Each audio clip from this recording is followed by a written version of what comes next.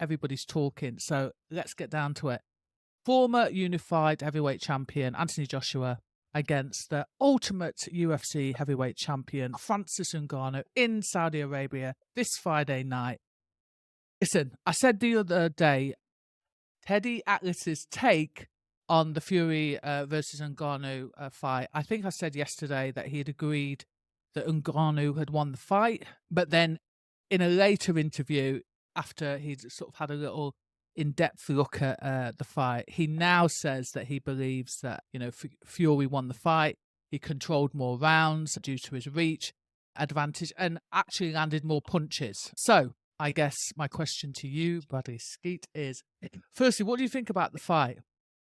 Yeah, a good fight. When everyone, it was the unexpected. No one's seen Ngannou in a boxing ring before, so it was the unexpected. Even for Fury, like, he's not got nothing to go off, and he's only got UFC fights to go off, so it's not the same as boxing. Listen, he's a fighter at the end of the day, and they had to adapt, and it's nothing he ain't seen and been before. He's been hurt, he's been dropped, he's got up, and he's won. But yeah, I think it was a good fight. I think he won the fight. It was a close fight, but he won the fight. I think it got made a lot more, and because Fury's probably expected to go in there and box his head off and get him out there, knock him out, because the man's never had a boxing fight. But you can't take nothing away from Ngannou. So he's a fighter through and through, and he knows what he's doing.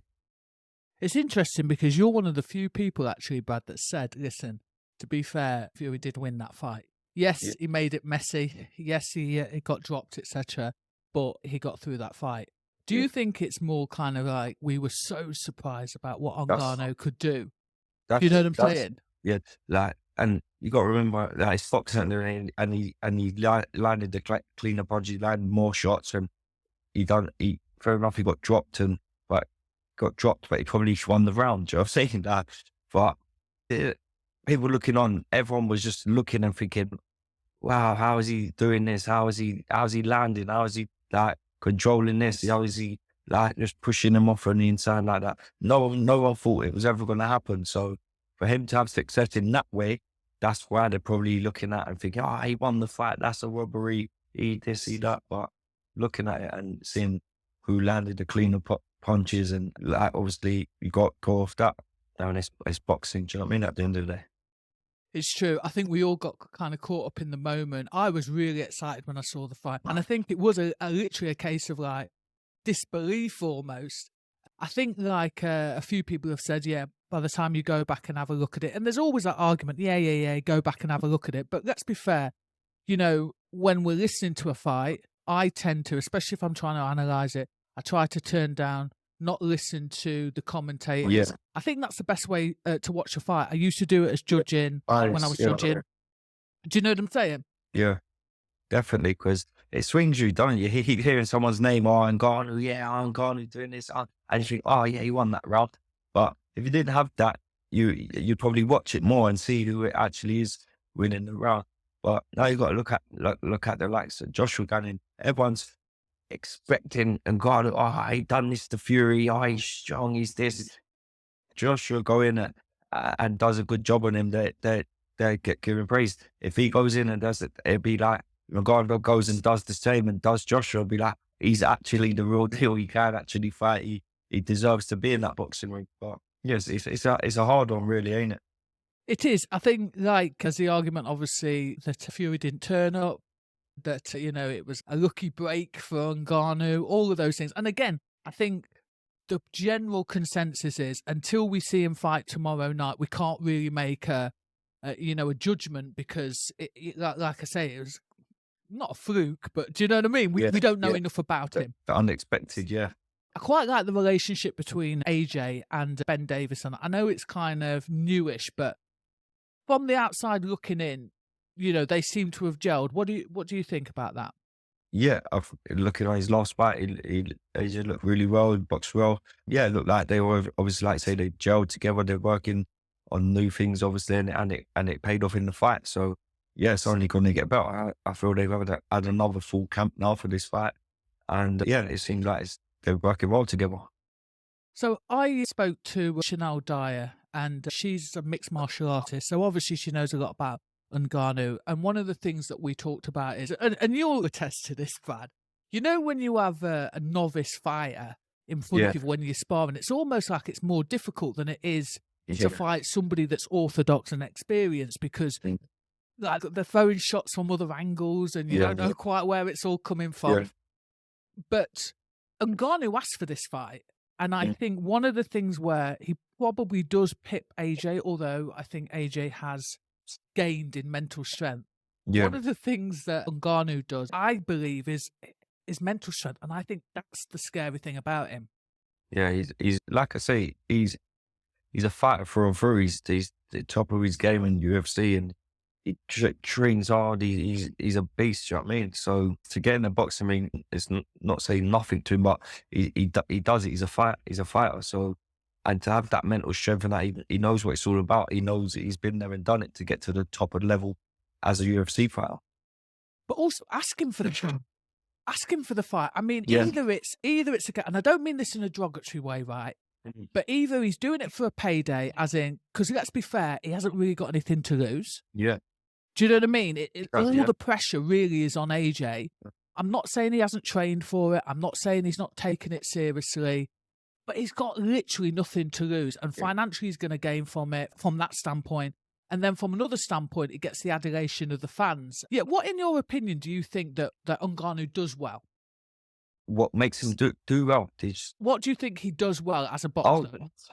Do you know what? For looking at the Fury fight, I think he's inside, but where he's so strong, his most like useful asset. He's strength on the inside. I think where Fury's so big and he's used to like laying on people, wearing them down. If you just see sometimes in the fight, Ngannou would just like push him off and just sidestep him, and like that's what something Fury's probably never had to deal with. But where he's so strong and he knows on the inside, and that's his game. He knows exactly what he's doing. So if he does get up close and that with Joshua, he'll probably be the most physically strongest Joshua's been in with, like pulling him around, and that's his thing. Do you know what I mean? That's what he deals with every day, and that's what he has to deal with every day. So that his strength is definitely going to be the main thing.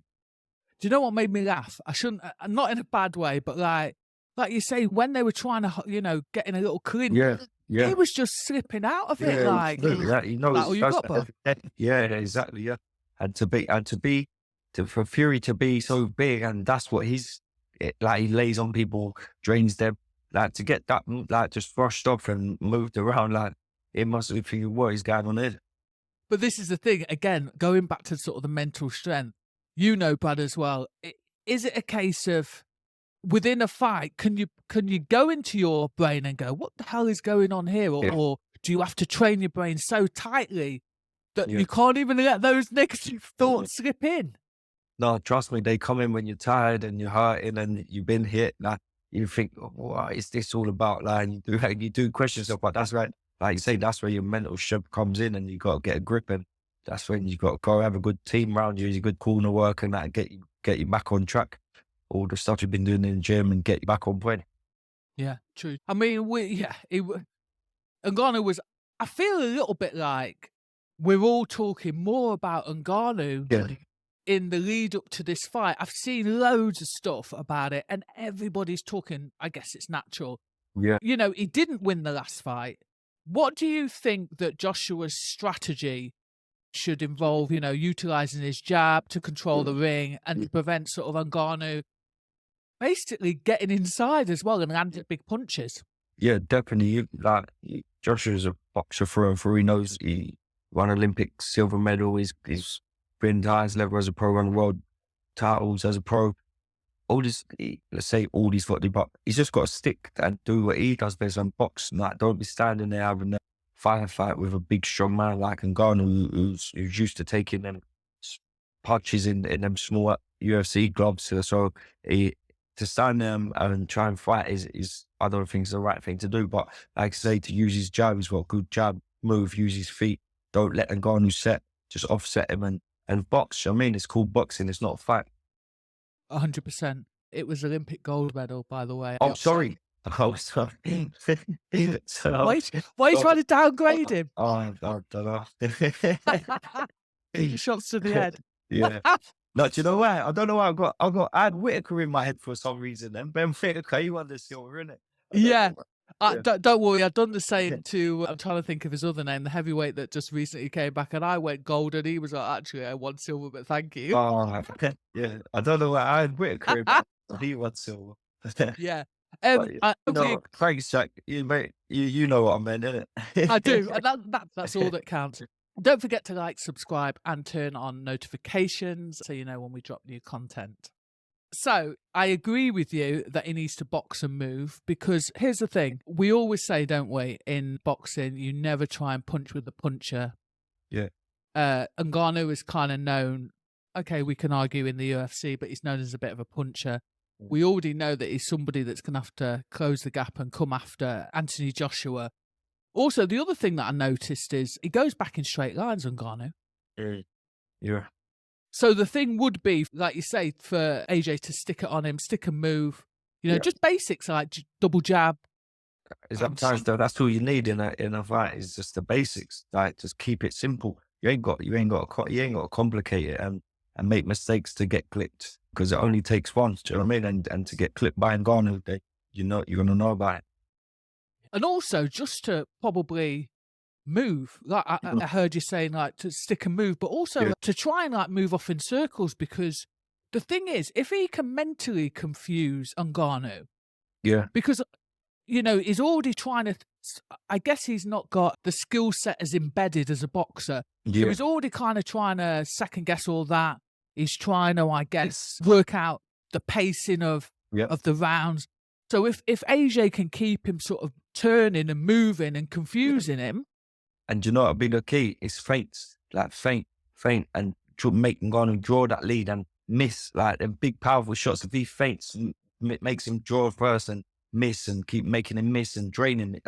And get packed with a jab, and it's draining. Do you know what I mean? It's so I think the key to that is just feint, move, feint with the feet, feint with the hands, draw the lead, make him miss, then sting him. Do you know what I mean? And then just round by round, he's a big man. Do you know what I mean? He's going to be drained. Joking aside, right, Brad, listen, the fainting king is Fury. Yeah. And Ngannou was trying to feint him. Yeah. And that was like, you're cheeky, but. Yeah, exactly. It's true, isn't it? Fury's the king of that. You know what I mean? So, yeah, Joshua's got to come inside different. Do you think, obviously, Joshua has to kind of dictate the pace from the off as well? Definitely. In terms of, like, I think Ngannou was his last fight, the first 10-rounder. Yeah. Joshua's got to set the pace, because he can't let Ngannou get confident and build momentum and feel confident where he can start landing and pushing him back. I think he's got to show him he's bossing there. He's the one bossing it. He's the one dictating what's going on and what's happening. So I think, definitely he's got to boss the pace. I reckon that, in his last fight, because we can only kind of go on that one fight, that Ngannou capitalised on a lot of openings. And to be fair, his defensive tactics. What do you think Joshua will need to employ to, like, mitigate the risk of getting caught with a big punch? Yeah, just fast feet and hand defenses, and just the main thing probably staying switched on.